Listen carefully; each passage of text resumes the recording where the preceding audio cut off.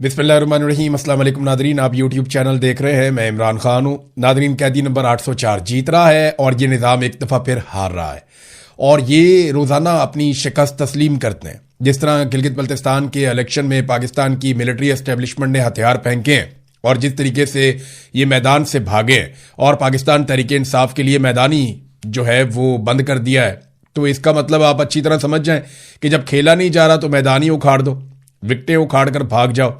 और अब तो अंपायर को साथ में लाकर खेलना भी मुश्किल हो गया है। कल एपिसोड हुआ जुनेद अकबर वाला। जुनेद अकबर को वहां पे रोक दिया गया, फिर सूबा बदर और फिर गिरफ्तार, और ये सारा कुछ आप देखते रहे तमाशा। और पाकिस्तान तहरीक इंसाफ को बिल्कुल किसी किस्म की लेवल प्लेइंग फील्ड नहीं दी गई। लेवल प्लेइंग फील्ड तो बहुत दूर की बात है, तहरीक इंसाफ को तो फील्ड ही नहीं दी गई और ये जबरदस्ती किया जा रहा है वहां पे।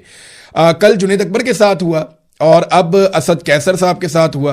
असद कैसर साहब इस्लामाबाद एयरपोर्ट से जाना चाह रहे थे स्कर्दू, जहां पे उन्होंने इंतहाबी तहरीक चलानी थी पाकिस्तान तहरीक इंसाफ के उम्मीदवारों के लिए, क्योंकि तहरीक इंसाफ तो है नहीं ना, उनके बेचारों का कोई इंतखाबी निशान है, तो वो अलग अलग इंतखाबी निशानों पे इलेक्शन लड़ रहे हैं। वो मैं आपको याद दिलाता रहूंगा वक्तन फवक्तन। ये आप एक स्क्रीनशॉट देख लें, यहां पे आप अपने अपने हलके में पहचान लें कि आपने मिलिट्री एस्टेब्लिशमेंट के खिलाफ किस उम्मीदवार को किस निशान पर वोट डालना है। तो ये आपकी स्क्रीन पे अब फिर नजर आ रहा है। तो नाजरीन, ये असद कैसर साहब को रोकने के लिए पंजाब पुलिस इकट्ठी हो गई और उन्होंने एयरपोर्ट जाने वाला रास्ता बंद कर दिया। अब ये वहां पे खड़े हैं, पीछे गाड़ियों की कतारें लग गई। यानी इतने को ये बेवकूफ लोग हैं और इतने बुखलाए हुए हैं कि असद कैसर को अगर आपने रोकना था स्कर्दू जाने से, तो जब वो एयरपोर्ट के अंदर जाते तो आप उन्हें कहते जी यहां पे साइड पे खड़े हो जाए, आप नहीं जा सकते स्कर्दू। तो असद कैसर साहब साइड पे खड़े हो जाते और उसके बाद आप उन्हें कहते जी आप वापस जाएं, तो उनको वापस जाना पड़ता। लेकिन इन बेवकूफों ने सारा का सारा रोड ही ब्लॉक कर दिया और सारा रास्ता बंद कर दिया। हजारों गाड़ियां जो है वो ट्रैफिक जैम के अंदर फंस गई और उसके बाद बहुत सारे लोगों की फ्लाइटें भी मिस हो गई। तो ये इतने अकलमंद है, इनकी बौखलाहट की इंतहा यहां तक पहुंच गई है कि एक शख्स को स्कर्दू जाने से रोकने के लिए ये लोग सारा का सारा रोड बंद कर देते हैं, कई लोगों की फ्लाइटें मिस करवा देते हैं। ख्वाजा साद रफीक की भी फ्लाइट मिस हो गई। ख्वाजा साद रफीक ने भी जाना था और जाकर यहां पे इंतखाबात के लिए जो है ख्वाजा साद रफीक ने कंपेन चलानी थी गिलगित बल्तिस्तान में।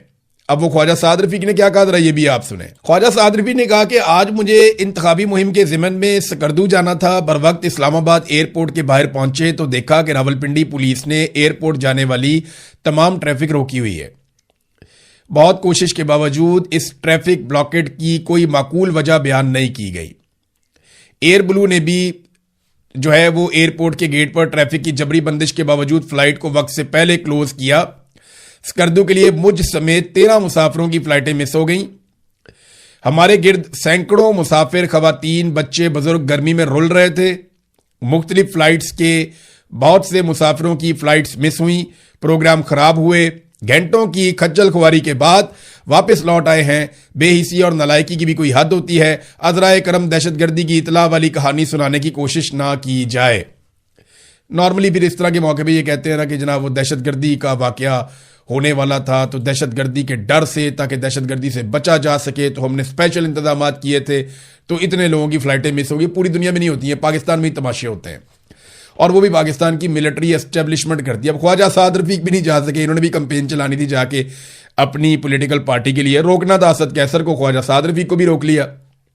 लेकिन ये जुनेद अकबर से, असद कैसर से ये इतना डरते हैं, तो आप सोचिए कि ये इमरान खान से कितना डरते होंगे, कितने खौफजदा होंगे कि ये इन लोगों को कंपेन नहीं करने दे रहे। तो इमरान खान, मैंने आपको पहले बताया कई मरतबा कि जब तक आसिम मुनीर साहब हैं और जब तक आसिम मुनीर साहब के साथ कोई इमरान खान साहब की डील नहीं होती, जब तक कि आसिम मुनीर साहब को इस बात का यकीन नहीं आ जाता कि वो किसी खतरे में नहीं रहेंगे इमरान खान की वजह से, तब तक इमरान खान को ये कभी नहीं छोड़ेंगे।